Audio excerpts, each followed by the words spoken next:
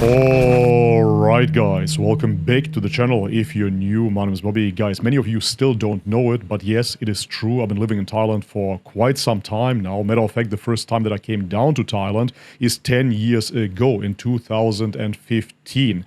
However, consecutively, I've been living in Thailand for the past 3 years. Before that, it was always on and off.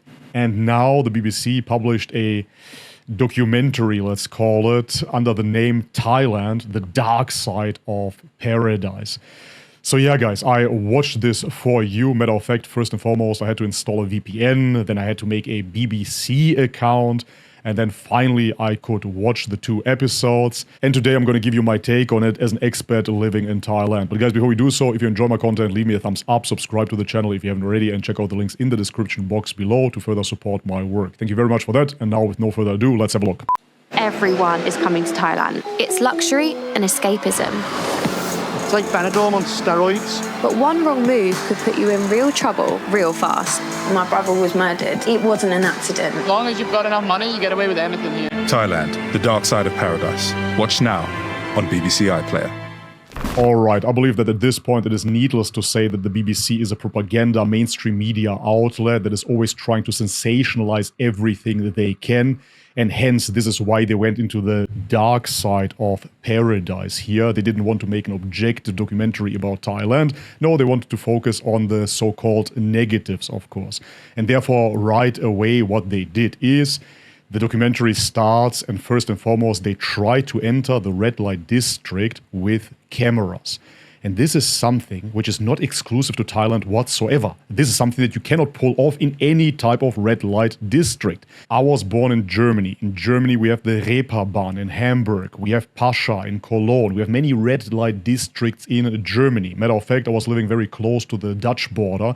And then you have Amsterdam, which is a big red light district as well. And now guess what? The women that are working there obviously don't want to be filmed. But they made it out to be this hypocrisy about Thailand. They claimed, well, in Thailand, sex work is illegal, but at the same time, you do have the police there, and now they don't want to see cameras here.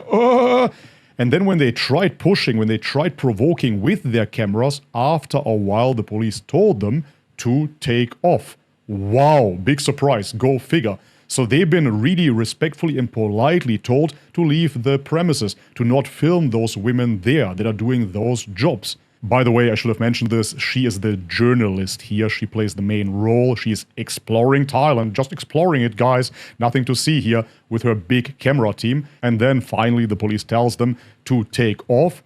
And she is pretending to be absolutely scared. She is scared for her life. Oh, yeah, I can understand now. Things can really go sideways here in Thailand. Next thing you know, you can end up in jail. No, dear lady, that is not the case. Nobody just goes to jail right away by walking through a red light district. That won't happen. But yes, you, with your big camera team, over and over provoking a reaction there, obviously, after a while, yes, you could face legal consequences because the police told you multiple times, and we can see it on camera, to take off and to not film those ladies. But can you respect that? No, absolutely not. The BBC is priding themselves in being so progressive, so liberal. Oh, those poor ladies there, they have to do sex work. They're being oppressed by the bad, evil British people. But then you go there and film them. Why don't you respect their dignity? Why don't you respect their privacy? You don't know why they are there. You don't know why they are doing those jobs. Don't you think that they have family members as well? Maybe, potentially, they don't want their mommy and daddy to see them standing there in the red light. But you do not respect that and you keep on filming. Absolutely shameful and disgraceful.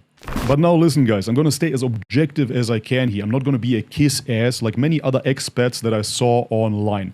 Plenty of expats simply filmed their fake outrage. Boo-hoo, don't say this. Thailand is such a beautiful country. How could you?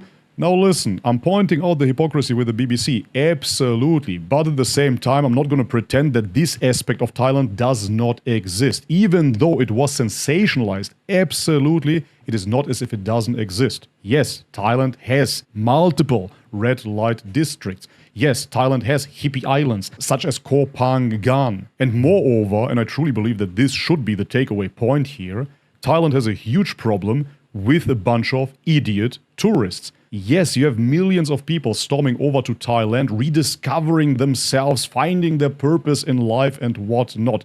Just like herself, walking over Koh Phangan Road, seeing scorpions. Whoa, you can eat scorpions. Oh my god, yucky. Ugh, they're eating insects here. Boo-hoo.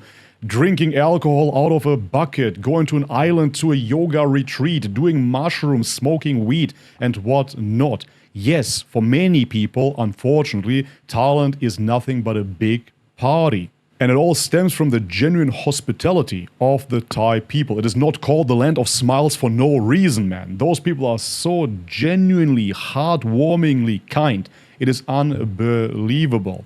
I've been traveling the world. I went to South America, Australia, New Zealand, all kinds of countries. And hey, you have kind people everywhere, but Thailand is something else. And many foreigners come here and they absolutely exploit that kindness. At the same time, yes, it is true, Thailand is reliant on the tourist business and therefore oftentimes they're closing an eye just to further business. But this is really a detriment to the whole country. We had countless of issues and I reported on that as well with, for example, Israeli tourists. But other nationalities have been causing issues as well. I'm not going to just point the finger at one. But yes, Thailand, pair that hospitality with an accessibility to pretty much anything you can imagine. Young guys in their 20s are coming down here.